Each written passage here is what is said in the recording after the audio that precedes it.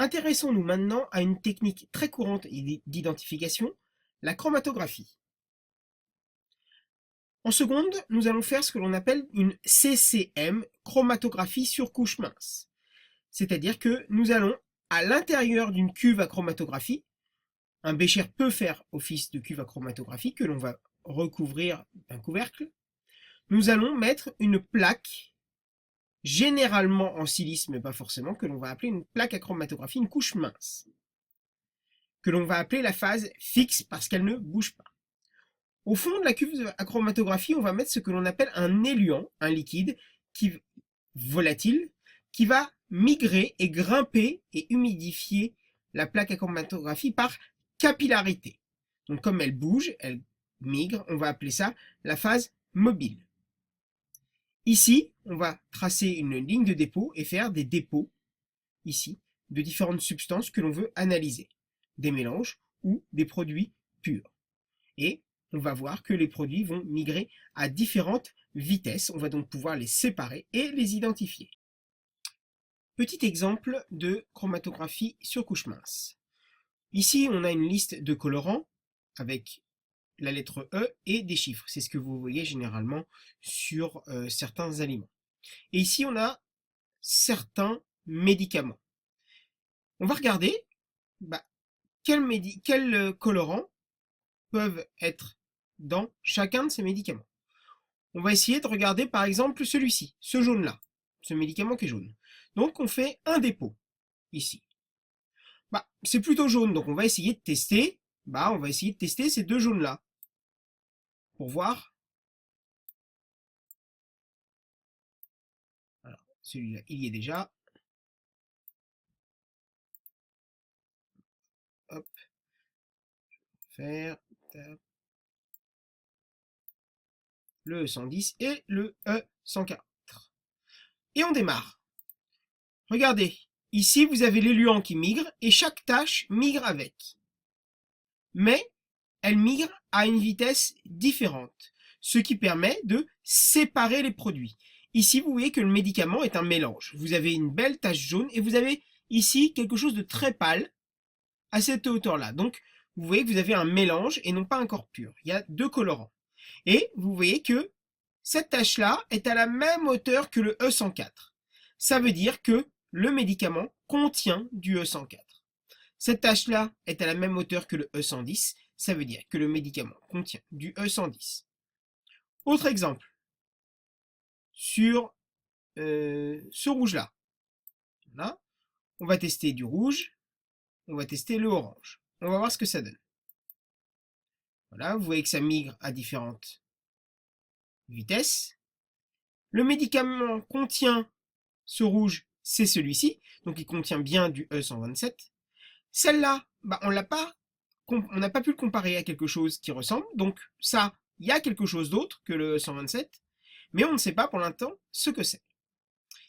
Et par contre, on sait une chose, c'est que comme il n'y a pas de tache ici en face du E110, le médicament ne contient pas de E110. Pour savoir ce que c'est, il faudra le comparer à autre chose, celui-ci.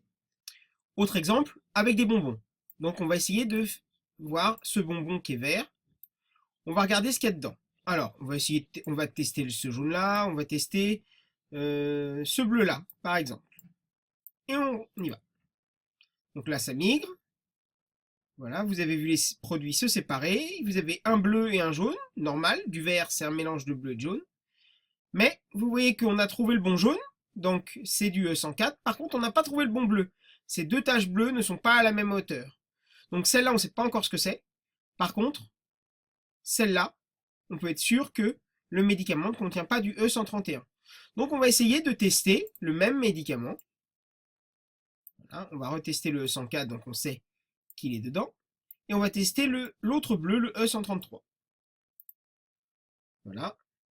Et on va bien voir que les taches ne migrent pas à la même vitesse, mais ce bleu-là correspond bien au E133, et ici, cette tache jaune correspond bien au E104. Retrouvons la cuve à chromatographie. Donc c'est la même chose, sauf que ici on l'a en coupe. Donc votre ligne de dépôt doit toujours être au-dessus de l'éluant, et vos dépôts. Alors là, il y en a 3, mais vous pouvez en avoir plus. Il ne faut pas en avoir trop pour pas que ce soit trop proche et que ça se mélange. Voilà. Pour réussir une chromatographie, il ne faut pas mettre la plaque à chromatographie sur le bord de la cuve ou du bécher. Pourquoi? Parce que vous auriez un effet de bord et vous voyez que l'éluant, le front de l'éluant ne sera pas horizontal. Donc ça, c'est pas bon. Idem, pour pouvoir comparer les hauteurs, il faut que le trait soit bien horizontal, donc pas de travers. Donc, et là, c'est pas bon. Pourquoi? Parce que le trait est en dessous le niveau de l'éluant. Donc il faudrait qu'il soit ici, là, horizontal, et là, la plaque est bien disposée. Donc ça, non, sur le bord. Ça, non, c'est de travers. Ça, non, c'est en dessous le niveau de l'éluant. On a vu que à partir du moment où une des tâches était à la même hauteur, on pouvait considérer que c'était le même constituant.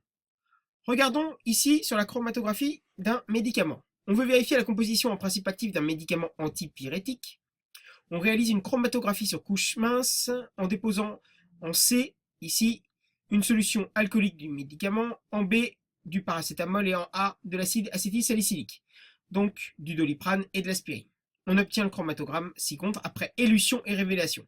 L'élution, c'est la migration de l'éluant. Et la révélation, par exemple, c'est quand vous avez des produits incolores, vous ne voyez pas migrer les taches. Vous devez mettre votre plaque sous une lampe UV ou dans une solution de permanganate pour révéler les taches. C'est ça qu'on appelle la révélation. Pourquoi utilise-t-on, premièrement, des solutions alcooliques? Regardez, la solubilité de l'acide acétylsalicylique dans l'eau est bien inférieure à celle dans l'éthanol. Et idem pour le paracétamol. On dit que dans l'éthanol, c'est très soluble. Donc, pour dissoudre encore plus nos espèces, on utilise de l'éthanol. Dans le médicament, cette tâche-là et cette tâche-là, donc c'est un mélange, celle-là, on ne sait pas ce que c'est. On n'a rien pour la comparer. Ici, la tâche B, c'est du paracétamol. Donc le médicament, il n'y a pas de tâche ici, donc il ne contient pas du paracétamol. Et par contre, on peut dire que, ici, le médicament contient de l'aspirine, contient de l'acide acétylsalicylique. Donc on peut calculer ce qu'on appelle le rapport frontal. Le rapport frontal, c'est la hauteur grand H, c'est-à-dire la hauteur du front de l'éluant, la hauteur sur laquelle l'éluant est monté, et petit h, la hauteur de la tâche. Le rapport frontal RF, c'est petit h pour chaque tâche, petit h sur grand H. Donc ici, si vous le mesurez, c'est 3,8 cm sur 4,7. On a un rapport frontal de 0,81. À partir du moment où vous avez le même rapport frontal, vous pouvez considérer que vous avez la même espèce chimique.